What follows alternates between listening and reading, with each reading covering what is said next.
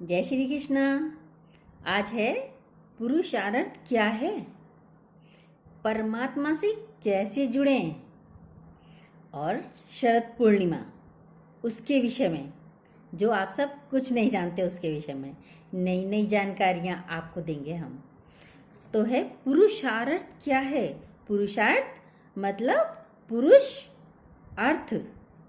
हमारा पूरा जीवन किस में जाना चाहिए। पुरुष है एक परमात्मा, एक ईश्वर। तो हमारा पुरुषार्थ केवल क्या है, क्या हो कि हमारा सारा ध्यान, हमारी सारी वृत्तियाँ परमात्मा में लग जाएं। तो फिर संसार, माया, दुनिया कुछ दिखेगा, कुछ प्रतीत होगा, या परिस्थितियाँ लगेंगी? नहीं लगेंगी। संसार में जो कुछ भी हो रहा है, अच्छा या बुरा, क्यों लगता है? हमारे जो भीतर की वृत्तियां हैं वह उनसे जुड़ी हैं। हमें अच्छा बुरा सब महसूस होता है, पर जब हमारी जुड़न उस परमात्मा से हो गई, तब हमारा बोलना, हमारा जुड़ना, हमारा चलना सब किसके प्रति हो? सब ईश्वर के प्रति हो, परमात्मा के प्रति हो। जब ध्यान हमारा उधर जाएगा ही नहीं तो कहाँ लगेगा? हमें तीखा लगे तो मीठे की जरूरत हो। यदि हमें मुंह जल रहा है, कुछ ऐसा खाया, तभी मीठे की आवश्यकता होगी ना।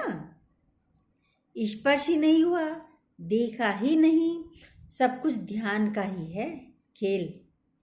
सुनिए, जब बच्चा खेल रहा है, उसको चोट लग गई, उसका ध्यान खेल में ही है, तो चोट का उसको एहसास ही नहीं होता। कब गिरा उसको पता ही नहीं चलता। चलेगा पता? नहीं, क्योंकि उसको ध्यान ही नहीं है, पीड़ा लगेगी ही नहीं उसको। ध्यान की चीज़ है। हमारा ध्यान यदि परमात्मा में है, ईश्वर में है, तो परिस्थितियाँ कहाँ लगेंगी, कहाँ जाएंगी परिस्थितियाँ? भले हमारी परिस्थितियाँ कष्टप्रद हों, विपरीत हों, जरूरी नहीं है कि हमारे अनुकूल ही हो, पर वो विपरीतताएं ज्ञानियों को महसूस नहीं होती, लगती ही नहीं हैं। भक्तों को क्या कष्ट नहीं आए? आप जानते हैं भक्तों को कितने कष्ट आए हैं। किसी की पत्नी इतनी क्रूर थी, गंदा पानी उस पर फेंक दिया। उसका ध्यान तो परमात्मा में था, ईश्वर में था, उसको लगा ही नहीं कि गंदा पानी फेंका है। उसको ऐसा ना लगे, नहीं लगा पत्नी ना फेंके, उसको महसूस ही नहीं हुआ। उसकी पत्नी तो बहुत दुष्ट थी, सारे दिन लड़ाई करती थी, तो उसको लगा क्या कि अपनी पत्नी को बदल दे या अच्छी हो जाए। क्या आपके सोचने से दूसरा अच्छा हो जाएगा, बदल जाएगा? नहीं, आप भी ज्ञानी हो। ये सारी भक्तों की कथाएं हैं, ज्ञानियों की कथाएं हैं। उनको परिस्थितियां बदलने का तो लगा ही नहीं ज्ञानियों को। पुरुषार्थ हमारा यही है कि सारा समय हमें पुरुष अर्थ में रहें। हमारी सारी वृत्तियों को हम उसी से ही जोड़ कर रखें, परमात्मा से। यही पुरुषार्थ है। ये नहीं हम तीर्थ यात्रा कर रहे हैं या हम सत्संग में ही बैठे हों। अब हमें मोह हटाना है, हल चलाना है, इच्छा हटानी है, ये नहीं। वह तो फिर आएगा, मोह तो फिर आ जाएगा। क्या पुरुषार्थ करेंगे? हल चलाने का, मिट्टी खोदने का, तसला उठाने का? क्या पुरुषार्थ करेंगे? पुरुषार्थ है हमारा ध्यान जुड़ जाए परमात्मा से। ये एक साधन है। बाहर के जो भी पुरुषार्थ जिसको हम समझ रहे हैं, हमारा ध्यान केंद्रित हो जाए, केंद्रित करने के लिए साधन है ये। सिर्फ पुरुषार्थ पूर्ण होता है जब हमारा ध्यान केंद्रित हो जाए। नदी में बैठकर चप्पू चलाते जा रहे हैं, चलाते जा रहे हैं। लेकिन जब हम नदी के तट पर पहुंच गए तो क्या चप्पू चलाएंगे? नहीं चलाएंगे, जरूरत ही नहीं है, किनारे पे पहुंच गए। ध्यान लगाने तक का पुरुषार्थ होता है ये। ध्यान लगा तो पलटने की जरूरत ही नहीं पड़ेगी, नहीं पड़ेगी। सारा ध्यान का खेल है।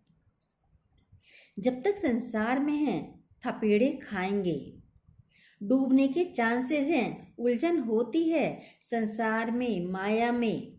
यदि आपको विपरीतता दिख रही है तो आप मझधार में डोल रहे हो। अभी तक आपको यदि विपरीतताएं, परिस्थितियां नजर आ रही हैं तो आप संसार में, माया में डोल रहे हो। आपका ध्यान पूरी तरह से केंद्रित नहीं हुआ है। पुरुषार्थ तुम्हारा देव है, इसलिए बोलते हैं हम पूर्ण ध्यानस्थ हो जाएं।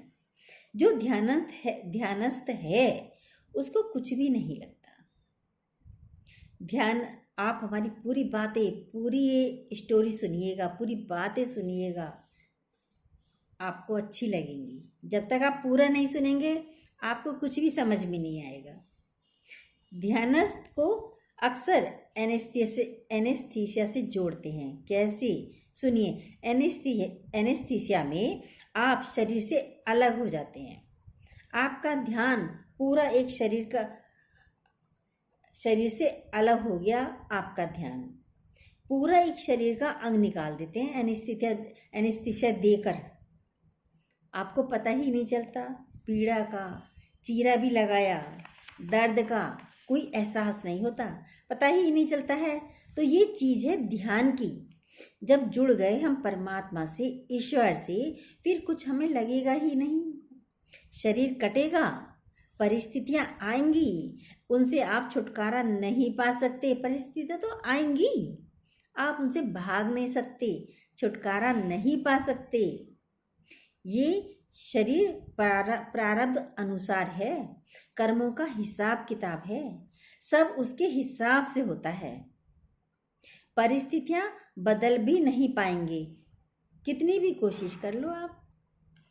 किसी को बदलने के लिए पुरुषार्थ नहीं, कितना भी प्रयत्न कर लीजिए, आप बदल सकते हैं क्या? नहीं बदल सकते। जितने भी भगत हुए हैं, परिस्थितियां तो खराब थी। धन नहीं है, पदार्थ नहीं है, रिश्ते नाते खराब हैं, पर वो हमें खराब लगते नहीं हैं। ज्ञानियों को खराब नहीं लगते, परिस्थितियां खराब नहीं लगती। उसने बोल दिया, पानी फेंका। वो गुस्सा कर रही, चिल्ला रही है पत्नी। नहीं सुना तो ऊपर से उसने पानी फेंक दिया पत्नी ने, ज्ञानी के ऊपर, संत के ऊपर, गंदे पोछे का।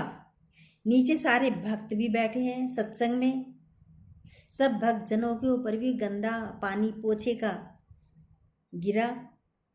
पर संत ने, ज्ञानी ने, उसने क्या किया? अपना सत्संग रोका ही नहीं, सत्संग करते रहे।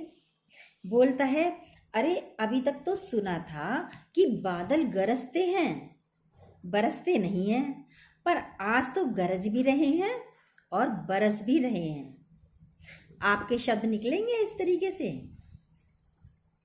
ज्ञानी का पुरुषार्थ था, ज्ञान था, तो वो परिस्थितियां लगी नहीं। दुखी होने के पूरे चांसेस थे उनके, क्रोध होने के पूरे चांसेस थे। पत्नी पानी फेंक दे, गंदा पानी, तो पति क्रोध होएगा ना। पर वो ज्ञानी है, सत्संगी है, वो क्रोध नहीं करते। परिस्थितियां तो ऐसी ही थी, क्रोध करे, चिल्लाए, पर नहीं लगा। पुरुषार्थ खाली यही है, अपने ध्यान को अपने परमात्मा से जोड़ देना। और जुड़ जाता है, ये जोड़ना भी नहीं पड़ता। जब हम सत्संग सुनते रहते हैं, अच्छी अच्छी बातें सुनते रहते हैं, कब भगवान से जुड़ जाता है हमें पता भी नहीं चलता। प्रेम में स्वतः संभव हो जाता है। वैसे भी आज शरद पूर्णिमा का दिन है, प्रेम का दिवस। खाली हम लोगों ने ये बना दिया, शरद पूर्णिमा के दिन चांद की रोशनी में खीर रख देते हैं। ठीक है, साइंटिफिक यही है, क्योंकि इस समय चंद्रमा की पूरी कलाएं उसमें होती हैं। वायुमंडल की जितनी भी ताकत होती है वो उसके अंदर आ जाती है, वो उसकी किरणों से छन छन के आती है। खीर सफ़ेद है, शुद्ध है, सफ़ेद सब चीज़ ले लेता है। चंद्रमा की सब रेजेज खीर में आ जाती हैं, वो शरीर के लिए फ़ायदेमंद है। लेकिन ये बाहर का है। पर देखिए, आज के दिन शरद पूर्णिमा के दिन क्या हुआ था। कथा यही आती है कि आज के दिन कृष्ण का गोपियों के साथ रास हुआ था। इसको बोला जाता है महारास। महारास के समय क्या हुआ था? कहते हैं उस रास को देखने के लिए समय रुक गया था। उस महारास को देखने के लिए सारे देवी देवता सब आ गए थे, और भगवान भोलेनाथ का तो इतना मन था उस रास को देखने का कि भोलेनाथ को गोपी का रूप धारण करके आना पड़ा। फिर वे गोपेश्वर के नाम से प्रसिद्ध हुए। भोलेनाथ गोपी बनकर उस रास में शामिल हुए।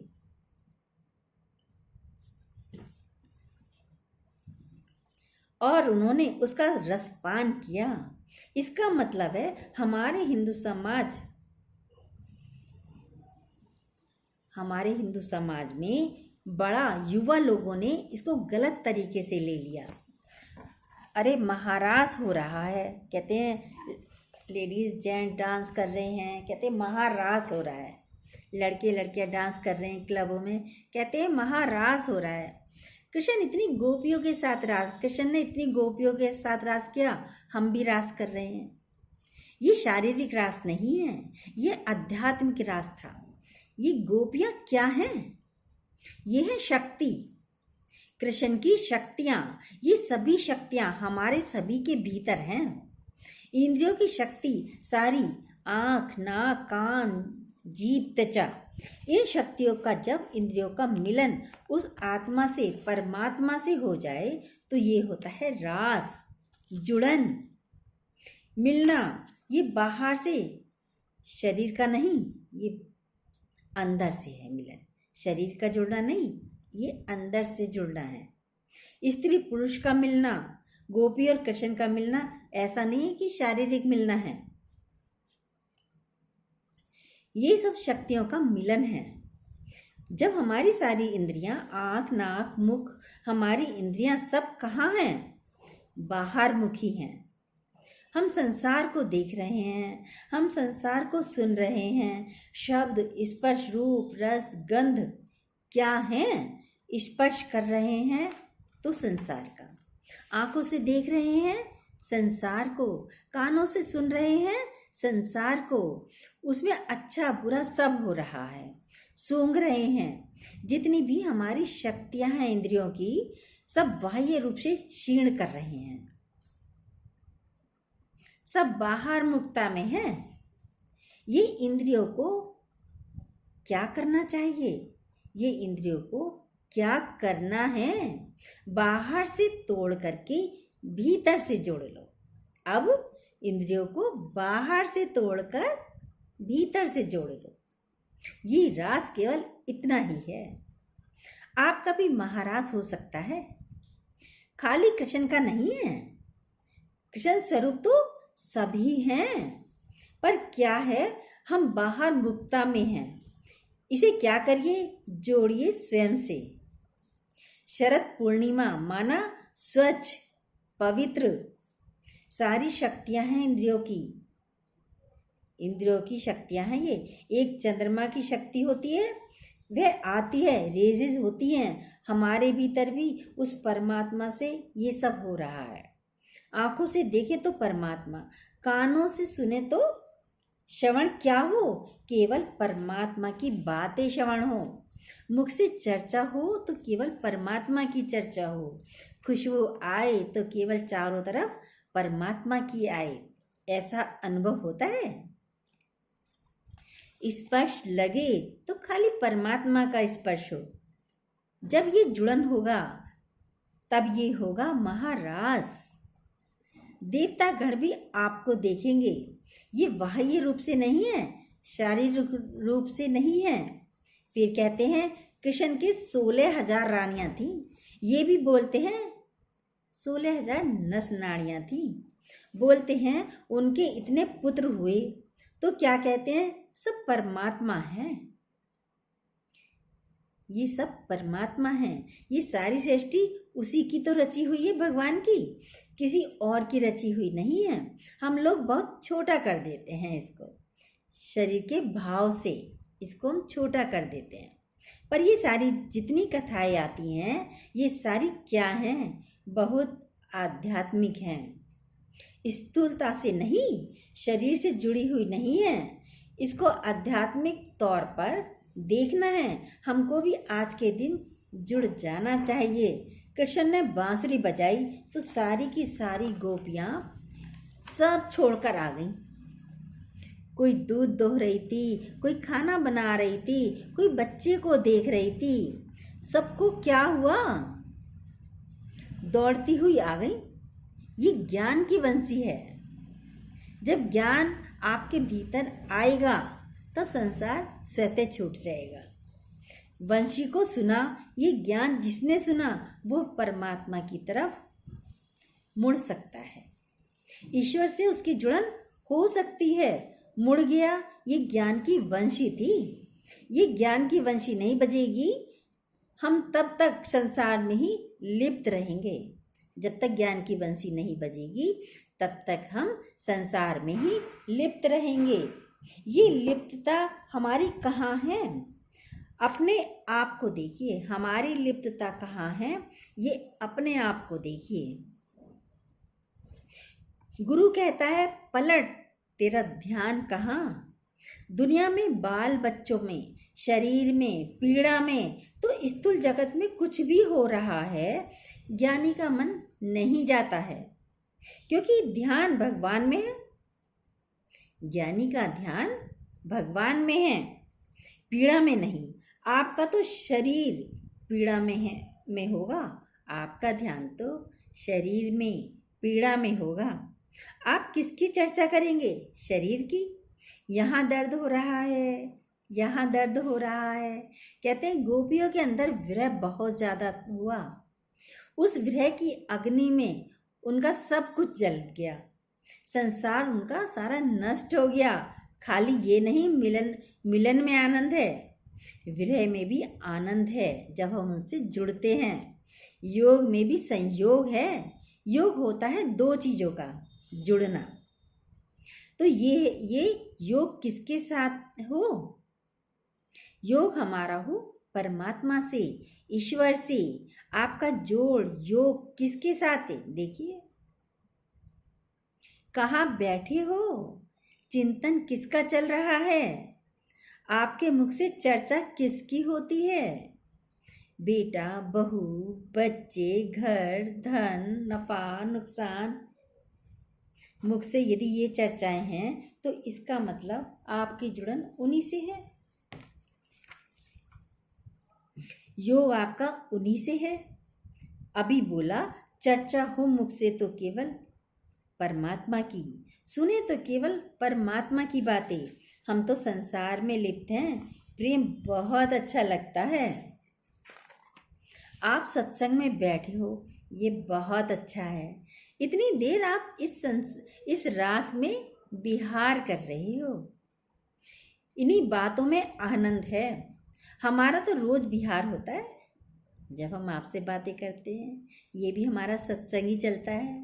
चलता है नहीं चलता है? आपको हमारी बातें अच्छी लगती हैं तो ये सत्संग ही है। हमारा तो रोज ही विहार होता है, रास होता है। ये है महारास। हम जुड़ जाते हैं परमात्मा से। सत्संग में आकर हम गुरु से जुड़ते हैं, परमात्मा से जुड़ते हैं। इसमें बैठकर आनंद आता है। एक शक्ति का संचार होता है। आपकी सारी शक्तियाँ एक जगह केंद्रित हो गई, भीतर आ गई। कहीं ध्यान नहीं जाता ना।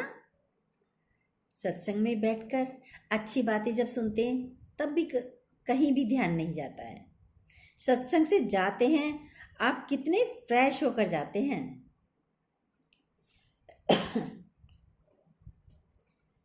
क्या आप थक कर जाते हो? नहीं, फ्रेश होकर जाते हो एकदम। आप सत्संग में चलकर क्यों जाते हो? क्योंकि वह शक्तियों का संग्रहालय है। आपकी शक्ति वहां संग्रह होती है। कर्म की बात आती है। एक व्यक्ति काम पर गया, गन्ने तोड़कर लाया। सारे गन्ने अब किसी ने मांगे, उसने बांट दिए। ज्ञानी था, बांट दिए। एक बचा गन्ना। पत्नी बोली, एक गन्ने से किसका पेट भरेगा, तेरा या मेरा? गन्ने को लेकर पति के ही सिर पर मार दिया। पत्नी मारे, आपको तो कैसा लगेगा? परिस्थितियां तो बहुत बुरी थी, पर उन्होंने कितना अच्छा बोला। अच्छा है, गन्ने को तो तोड़ना ही था। 2 टुकड़े हो गए, एक तुम खा लो, एक मैं खा लेता हूं। यही ज्ञानी के शब्द, अज्ञानियों के नहीं। उसे परिस्थिति लगी ही नहीं ज्ञानी को। क्या ज्ञानी को क्रोध आया? पीड़ा हुई? नहीं हुई। यह होती है परमात्मा से जुड़न, ईश्वर से जुड़न। यदि आपके विचार आपके ऊपर हावी हो रहे हैं तो आप अभी तक परमात्मा से नहीं जुड़े हैं। पुरुषार्थ नहीं है अभी आपका। यदि पुरुषार्थ करे, यही पुरुषार्थ करिए, परिस्थितियां पलटने की जरूरत नहीं हो पड़ेगी, पर वो आपको छू नहीं पाएगी। जैसे रेनकोट हम पहन लेते हैं, बारिश नहीं लगती, बारिश में भीगते नहीं हैं। योद्धा लोग कवच पहन लेते हैं तो वार नहीं लगते उनको। बुलेट प्रूफ हमारे सैनिक बुलेट प्रूफ जैकेट पहन लेते हैं तो गोलियां उनको नहीं लगती। तो ये परिस्थितियां को पलटने की जरूरत नहीं पड़ेगी, परिस्थितियां लगेंगी ही नहीं। ये कवच हमें सारा समय पहन कर रखना है, ज्ञान का, प्रेम का। शरद पूर्णिमा सारा समय होनी चाहिए। हमारा महाराज चलता रहना चाहिए। आप अपनी सारी इंद्रियां, शक्ति को भीतर जोड़ दीजिए। एक तो बहुत अच्छा बोले थे कि इतनी शक्ति थी कृष्ण में, आप आंख से सुन सकोगे। आप सोच रहे होंगे क्या बोल रही हैं, गलत बोल रही हैं क्या? आप आंख से सुन सकोगे। आंख से सुनते हैं या नहीं सुनते? आप सुनते हैं पर ध्यान नहीं है आपका। कोई आपको पीछे से देख रहा हो, कोई आपको पीठ पर देख रहा हो, तो आपके कान भी सुन लेंगे, कानों से दिखाई देता है। महसूस करके देखो, कितनी बार किया होगा। आंखों से देख सकते हैं कोई हमारे पीछे चल रहा है, हमने देखा नहीं पर ऐसा लगता है कोई चल रहा है, दौड़ रहा है, कानों से दिखाई दे जाता है। फिर महसूस कीजिए। पर ये सब जब ध्यान केंद्रित होता है तब सारी इंद्रियां पलटकर सारे काम कर सकती हैं। सारी इंद्रियां पलटकर सारे काम कर सकती हैं क्योंकि मिलकर एक हो गई। ये सारी शक्तियां आ जाती हैं। आश्चर्य है ना? कभी अपने भीतर इंद्रियों को एकाग्रित करके रखिए। भीतर से जो सारी दौड़ है इंद्रियों की, इनको समेटना शुरू कीजिए। कछुआ क्या करता है? अपने को सबको समेट के वो अंदर कर लेता है, करता है नहीं करता है, और उसके ऊपर से ट्रक भी गुजर जाता है और उसको चोट नहीं पहुंचती। समेट लेता है अपने आप को। यही रास है। ये नहीं कि परमात्मा दूर है कहीं। हम स्वयं परमात्मिक स्वरूप हैं। स्वयं से जुड़ जाएं। जब तक हम दूसरे से जुड़े हैं तो पीड़ा है, दुख है, हलचल है, नहीं तो कोई दुख नहीं है। पर में दोष है, प्रदोष खत्म, दूसरा बचा ही नहीं। परिस्थितियां परे हो जाती हैं, लगती ही नहीं है। ये है आज की शरद पूर्णिमा। परिस्थितियां कैसे नहीं लगती?